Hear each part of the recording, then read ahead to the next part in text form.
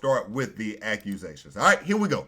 Top Dog Entertainment is an independent record label that represents the likes of Peabody Award winner Kendrick Lamar. I'm glad they said that. Let me make one thing clear.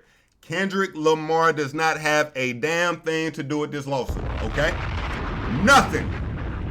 Nothing, all right? Because I don't like the way the Drake fans try to now pull Kendrick into something the same way. I don't like it the other way. All that is goofy. Top Dog Entertainment is an independent record label that represents the likes of Peabody Award winner Kendrick Lamar, Snooze singer SZA, and Collard Greens rapper Schoolboy Q.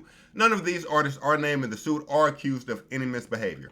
Two women have alleged several of T.D.E executives and employees committed sexual harassment, assault, and breach of contract against them. The lawsuit claims T.D.E management turned a blind eye when they were made aware of the allegations at the time. All right. Newsweek contacted T.D.E's office and the men named in the lawsuit by email on Friday morning for comment. Lodged in the Los Angeles Superior Court, the lawsuit identifies the women as Jane Does and alleges a persuasive culture of sexual harassment within T.D.E, implicating some of its highest ranking executives. The first plaintiff began working at T.D.E in 2019 and accuses chief marketer CMO Brandon Tiff of approaching her with unwanted sexual advances and sexual battery. She also alleged that T.D.E's president Anthony Tiff Jr., who is the son of the label's founder, engaged in a pattern of ongoing sexual harassment. The complaint also accuses T.D.E of failing to honor a contract between its president and the first Jane Doe to pay her for her professional services.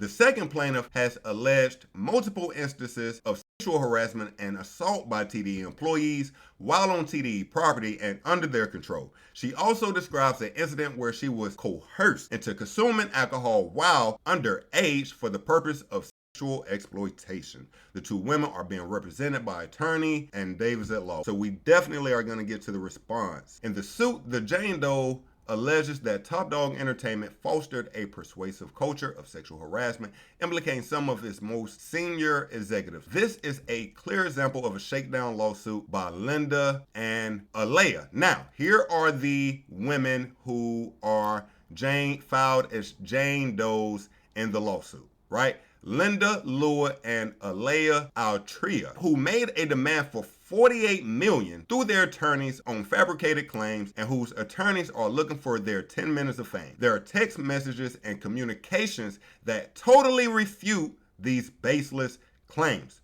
Additionally, Ms. Luna and Ms. Alteri were never employees of Top Dog Entertainment. We are confident that we will prevail in this action. Okay, family, let's talk about this. Now, do I feel like Top Dog and these executives may have actually done this? How the fuck would I know? I will say this. We are living in an era currently where a lot of baseless claims are being made, which can muddy the waters for real claims. We saw it through an era of the Me Too when in the beginning you were dealing with real victims, and then it got into a fuzzy area where more men were just being accused without actual proof. Currently, I feel like we are re-entering a phase of hypersensitivity when it comes to SA. Then you had the battle where, some things were being thrown around. And I'm not saying the battle between K-Dot and Drake had anything to do with it per se, but I can see a world